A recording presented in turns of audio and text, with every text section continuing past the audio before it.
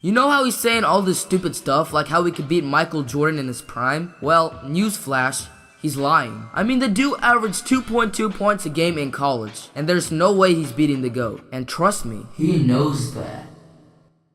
Do you know of the Legend 27? The Legend 27? Yeah, the Legend 27. Who is the Legend 27? That stupid ad for Game of War that no one really cared for? Most likely, you do. Now, can you recall any other Game of War ad? I know I can't off the top of my head. So, why does this one stand out? Why don't any of the other Game of War commercials stick in anyone else's head? Why is it when you say Game of War, most people think, oh, you mean that Legend 27 game? Well, it's all thanks to the internet. For a while, you could see the Legend 27 memes all over, and only those living under a rock did not know about it. And that is perfect advertising right there. When you're selling a product, you want to have something associated with it trending. And that's exactly what LaVar Ball is doing. By making such brash statements, people have started to notice and become intrigued, even angry. And those who are angry are proven by science to have wanted to share something to other people. And right now, that something is LaVar Ball. He's making these stupid statements to get people angry, these ridiculous prices, all that, to get a reaction. For example, remember the Charles Barkley incident? LaVar said some stuff about him and then Charles responded back, literally challenging him to a one-on-one matchup. And then LaVar comes back at him with a, Poor Charles. Poor That's Charles. my boy, but poor Charles. Poor Charles. Who does that? There are individual entrepreneurs that dream of being acknowledged by someone of the status of Charles Barkley. Normally, if confronted with an issue like this, then said entrepreneur would cede and allow Charles to win the situation. But not LaVar. Instead, he decides to instigate yet again with the Poor Charles. Poor That's Charles. my boy, but poor Charles. Poor Charles. listening to anything that LaVar does. You can hear that he has the upper hand in every situation he's in. But why should he? He's on these talk shows, ESPN, where millions of people are watching him. How could he still talk so condescendingly and act like he's in charge? How are you going to disrespect such basketball legends like that? He does it to initiate anger from the people. For example, how could a guy who averaged 2.2 points a game in college act like he's superior to Charles Barkley, an NBA MVP winner? LaVar is trying to milk out as much as he can from any situation that he's in, and it's working. Not only did he have this one situation, he had others going on at the same time. How is Lonzo better than Steph Curry, a two-time MVP? How is the NCAA harder than the NBA, the best basketball league in the world? How could he beat Michael Jordan, the GOAT, while averaging 2 points in college? Do you catch my drift? And now those issues have gotten stale, thanks to the internet's short attention span. LaVar has instigated Another one. Just recently, the Big Baller brand released the ZO2s, the debut basketball shoe for Lonzo Ball. Since they got rejected by Nike, Adidas, and Under Armour, didn't see that one coming, the brand went ahead and announced a shoe that is at a starting price of $495. And then he goes on to say, Big Ballers loose. If you can't afford the ZO2s, you're not a big baller, with a money sign. If you notice at the bottom there, you can see a pretty insane amount of likes and retweets. The likes are from the people who support what LaVar is doing. If you remember, LaVar said this about people's attitude towards him. Anytime you say something, you're going to have 50% of the people that like it and 50% that don't. That's how you get that conversation going on. Right. Michael Bennett, the defensive end for the Seattle Seahawks, and Chad Johnson, the wide receiver, have both publicly stated that they are supporting what LaVar is doing. Now, let's look at the replies right there. Over 12,000 replies to a tweet means that it's pretty controversial, and people strongly disagree with what's happening. And when people strongly disagree with something, they want to share it. Hence, the retweets.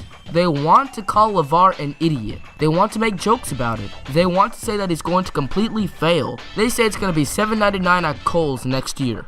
And on a side note, look at this tweet right here, where Shaq says, Hey LaVar, real big baller brands don't overcharge kids for shoes, which has over 200,000 likes and over 100,000 retweets. These are the people who hate LaVar.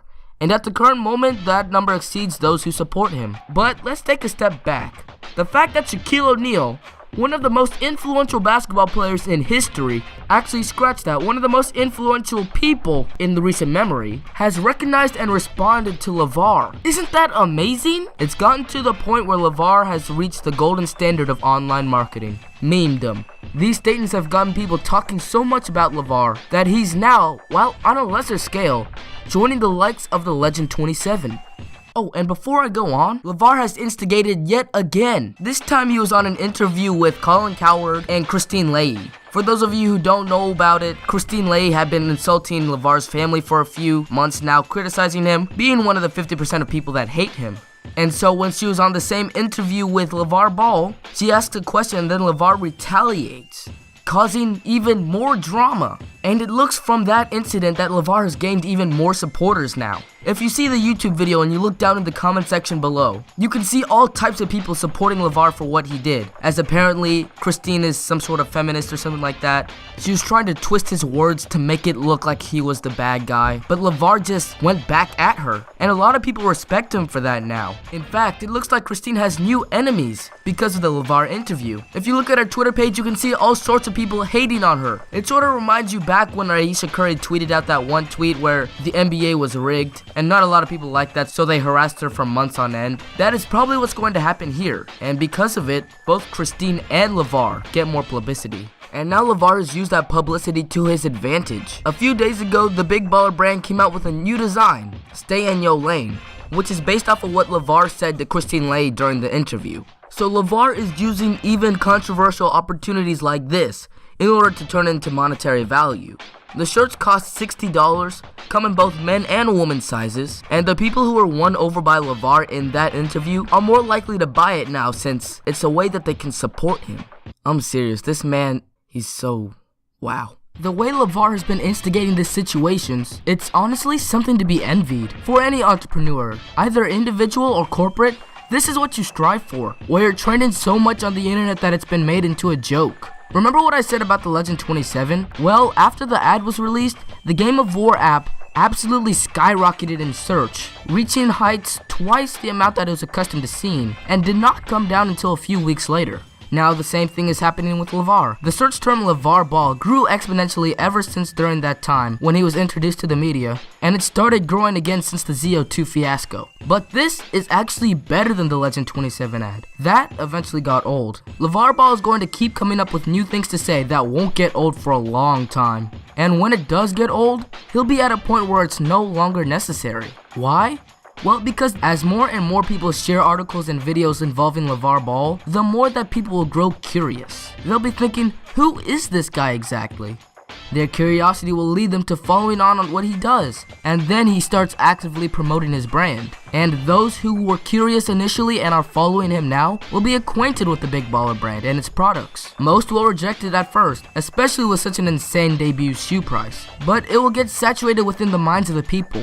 More and more, they will start to get accustomed to it. Maybe even buy a piece of gear. The logo really needs some work though. As this continues on, and Lonzo hopefully plays amazing in the NBA, and that LiAngelo and LaMelo can step up their game, then more and more will start to accept the brand. They'll start to buy the gear. Then the gear gets up there with Jordan and Under Armour. As the boys continue to get better and better, the brand may just turn into a staple brand like Nike or Adidas. If that happens, then the $1 billion that LaVar is asking for will be nothing compared to what will happen if the plan keeps unfolding as planned, in the best way possible. The Big Baller brand could be a multi-billion-dollar business, causing all those who didn't take the deal rue the day when they declined. But of course, that is the best case scenario. A worst case scenario is that Lonzo becomes a bust, and the other two don't even make it into the NBA, which would completely destroy the foundation of the Big Baller brand, causing it to go bankrupt, and the Ball family will continue to live in their roughly $600,000 house in the sunny land of California. So, not too bad.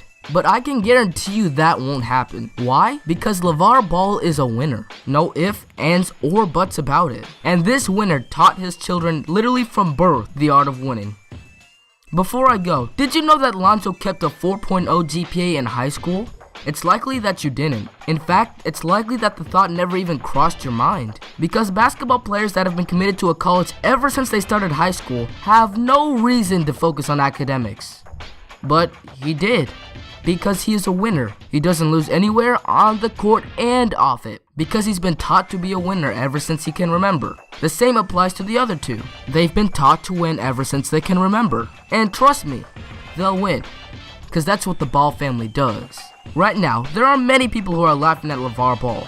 They call him an idiot, ignoring, a dumb dad that needs to shut up. But he won't. He's chasing his dream right now. Remember, LaVar was just a pretty good athlete that came from a poor background. And look what he's turned it into now. A trio of NBA-bound brothers and a brand that could possibly turn him into a billionaire. While there are those who ridicule him, on Twitter or not, professional or not, it doesn't change the fact that he's gonna keep doing what he's doing. To refrain to the first part, this man is a mirror of Donald Trump. No one truly believed he would win the presidency. But what did he do? He won. Why? Because Donald Trump is a winner. And trust me, LaVar Ball will win. Why? Because he's a winner. And what do winners do? Win, no matter what. Oh yeah, one last thing. LaVar knows this too. He's already proclaimed it to everyone. I expect my boys to be the best players ever, and that's what they're striving for. And then when it's all said and done, I'll be the last one laughing. I would never wear a big baller shirt. No, I didn't say that. Talk to me, but I heard you say I'm not even worried about I said that I... You're a great reporter, just not reporting on me. Next. Let me tell you something.